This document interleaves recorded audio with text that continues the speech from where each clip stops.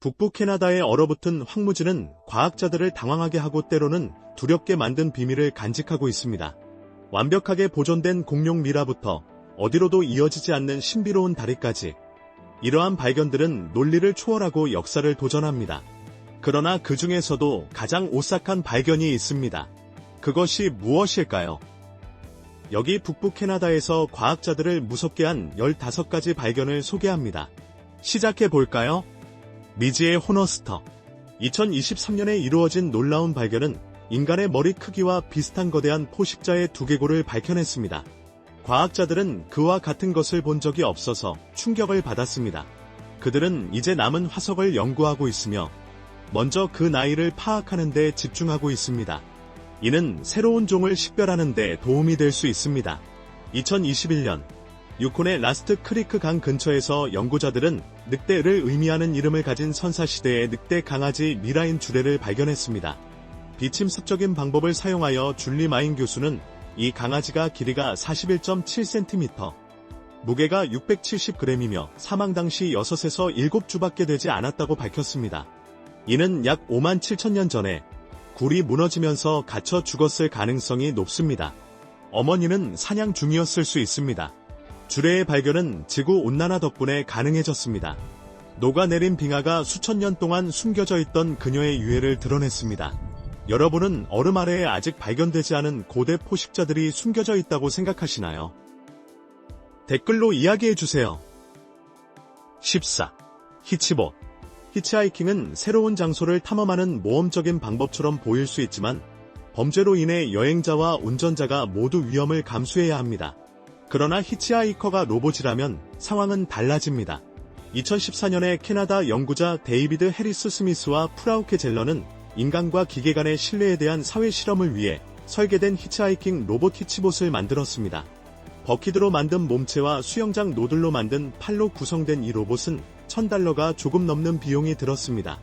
히치봇은 태양 에너지를 사용하며 팔을 들어 운전자를 신호하고 안드로이드 기반 소프트웨어와 와이파이, GPS, 음성 인식을 사용하여 사람들과 소통했습니다. 히치봇의 첫 번째 여행은 캐나다에서 10,000km를 한 달도 안 되어 주행했습니다. 2015년에는 독일, 네덜란드, 미국을 여행했습니다. 하지만 불행히도 2015년 8월 첫째 날 펜실바니아에서 수리 불가능한 손상을 입고 여정이 끝났습니다.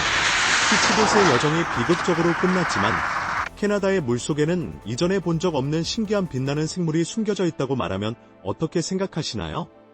투명 생물의 발견. 2017년에 캐나다 어부들은 브리티시 컬럼비아 해안에서 오이와 비슷한 이상한 투명 생물을 발견하기 시작했습니다. 이들은 불꽃몸기라는 의미의 피로솜으로 확인되었습니다.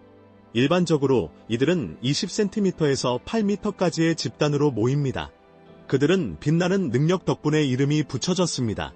보통 따뜻한 열대 해역에 서식하는 이들은 그 해에 캐나다에서 처음 기록되었습니다. 연구자들은 트롤 그물을 사용하여 단 5분 만에 7만 개 이상의 표본을 수집했습니다. 그들은 어떻게 북서태평양에 도달했을까요?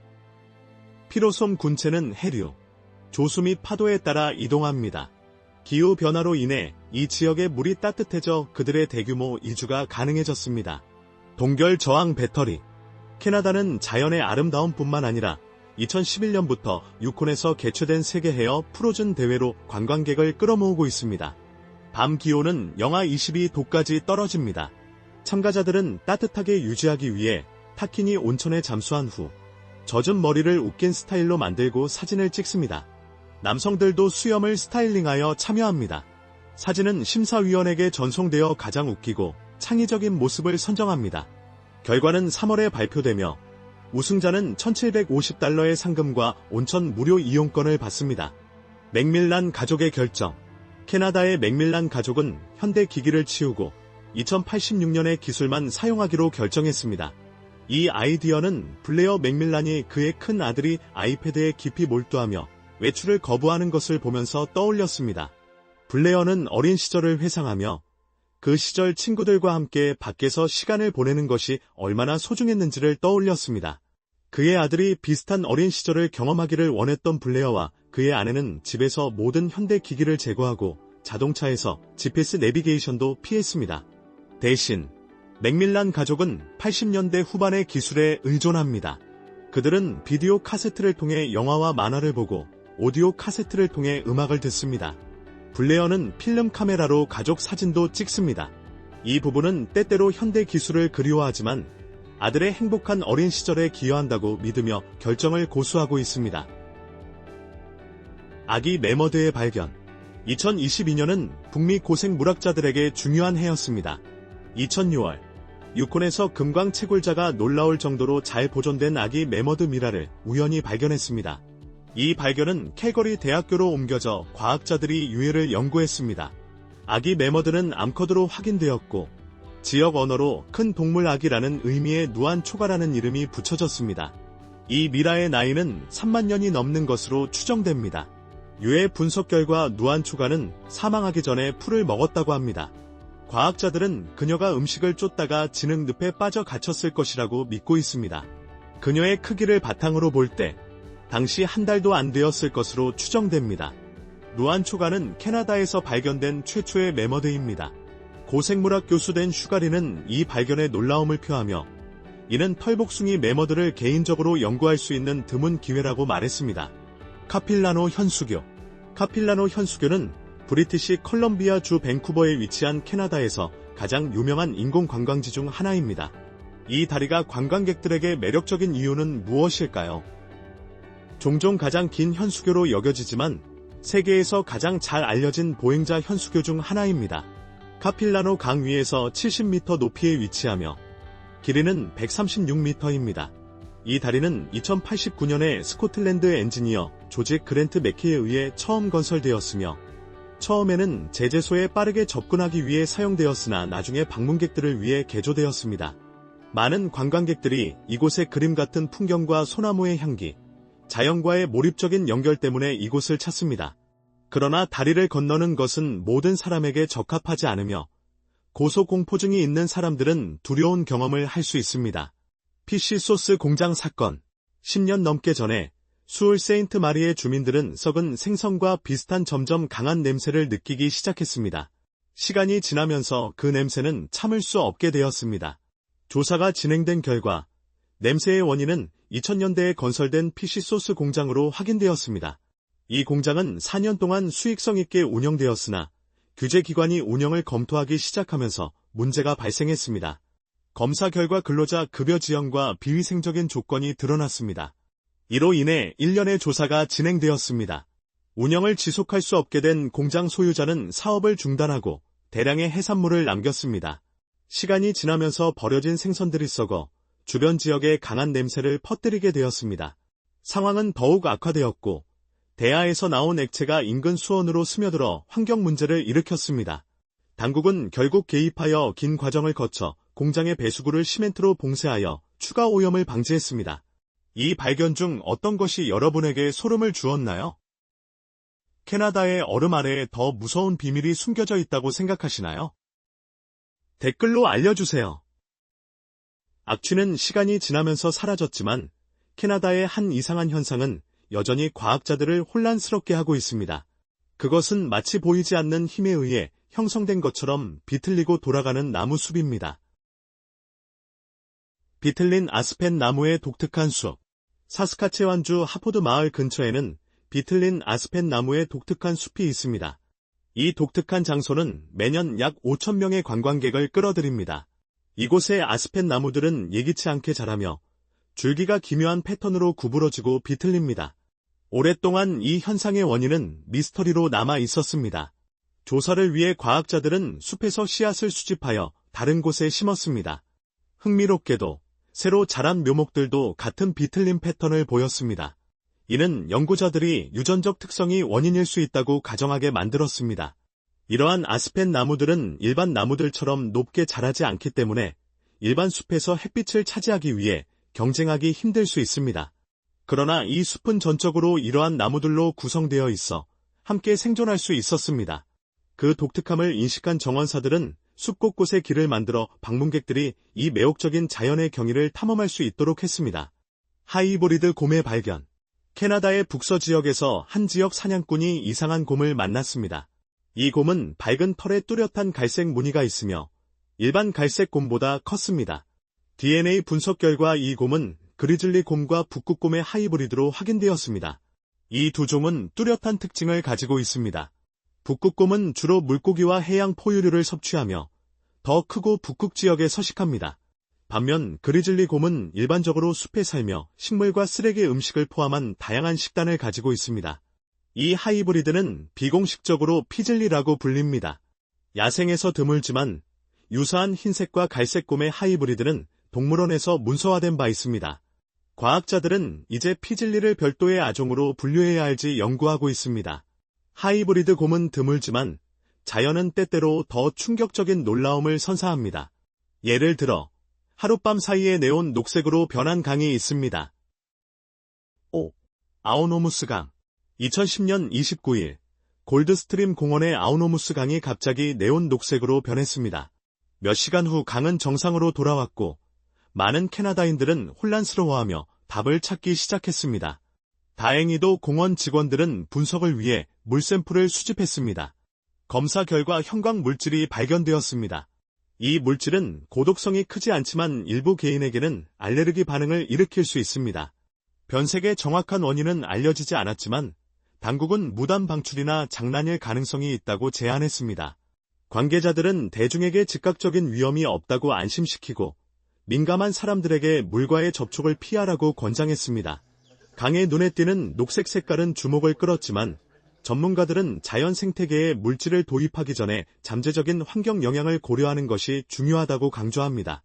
북부 캐나다는 여전히 수많은 미스터리를 간직하고 있으며 우리는 그것들을 밝혀내기 위한 임무를 수행하고 있습니다. 구독하고 알림 벨을 눌러 다음 미지의 세계에 대한 깊은 탐구를 놓치지 마세요.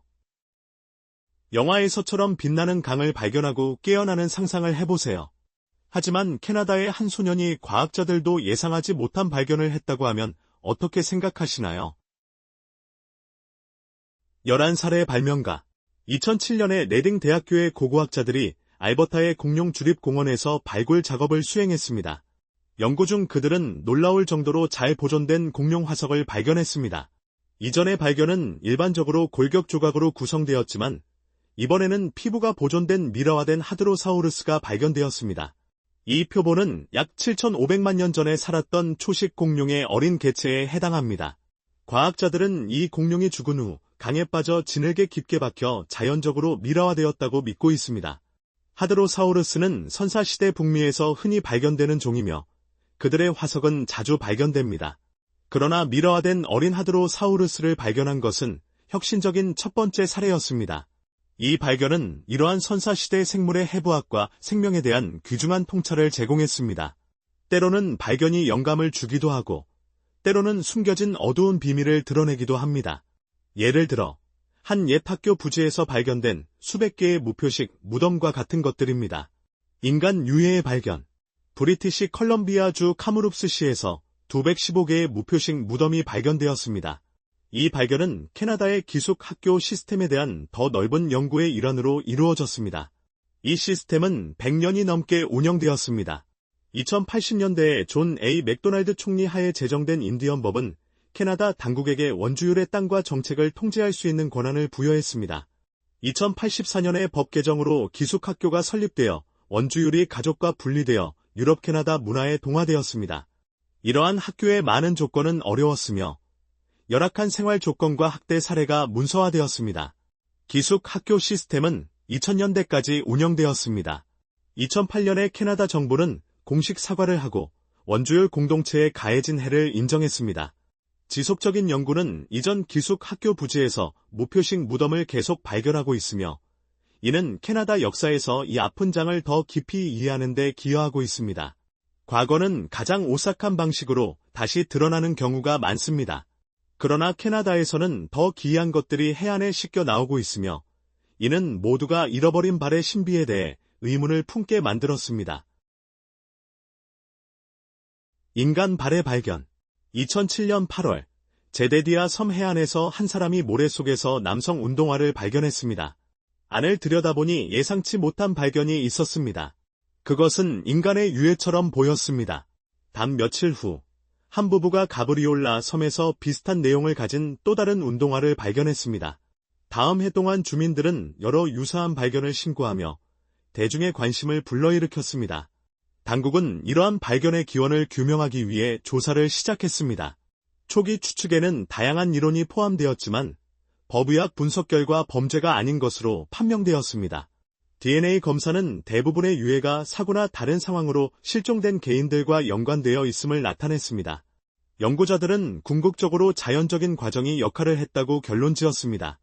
특히 해양 활동과 자연 분해가 발견에 기여했습니다. 많은 발견이 운동화와 관련된 이유는 그들의 부력이 해안으로 떠내려가게 했기 때문입니다. 당국은 범죄 활동이 포함되지 않았다고 확인했으며 이 사건은 해양 흐름과 환경 요인이 해안 수역에서 물체의 이동에 미치는 영향을 보여주는 사례로 남아 있습니다. 인간 발의 미스터리는 여전히 해결되지 않았지만 캐나다의 가장 오싹한 발견은 우리를 더 먼 과거로 데려가 이상한 생물들이 바다를 지배하던 고대 세계로 안내합니다. 해파리 화석의 발견. 2023년 8월 캐나다 서부의 요 국립공원에서 고고학자들이 버지스 셰일 근처에서 중요한 과학적 발견을 했습니다. 그들은 가장 오래된 해파리 화석을 발견했습니다.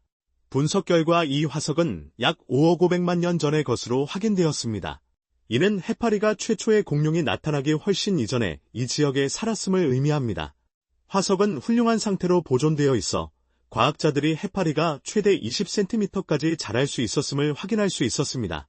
그들은 현대의 친척들과 매우 유사하게 약 90개의 촉수를 가진 같은 종 모양을 하고 있었습니다. 새롭게 발견된 종은 버지스 메두사 파스미포르미스라는 이름이 붙여졌습니다. 과학자들은 이들을 다세포 생물 중 가장 오래된 집단인 자포동물로 분류했습니다. 그들의 몸은 약 95%가 물로 구성되어 있기 때문에 이러한 화석은 매우 드뭅니다. 자포동물 화석이 발견된 것은 2000년대 초반이 마지막이었습니다. 캐나다에서 이 고대 해파리 종의 발견은 캄브리아기 식물망에 대한 새로운 통찰을 제공하며 그 당시 더 복잡했음을 시사합니다. 그 시기에는 단단한 껍질을 가진 생물들만 바다에 살고 있었던 것으로 생각되었으나 5억 년이 넘는 자포동물의 대표는 발견되지 않았습니다. 누가 캐나다의 가장 오래된 미스터리 중 하나가 오랜 세월 동안 바다 아래 숨겨져 있었을 것이라고 생각했겠습니까? 그러나 이것은 캐나다의 충격적인 발견에 대한 빙산의 일각에 불과합니다. 오늘의 영상이 흥미로웠다면 좋아요 버튼을 누르고 제 채널을 구독하는 것을 주저하지 마세요. 여러분의 지원은 저희에게 매우 중요합니다. 화면에 나타나는 다음 영상을 꼭 확인해 보세요. 여러분이 좋아할 만한 콘텐츠를 제공합니다.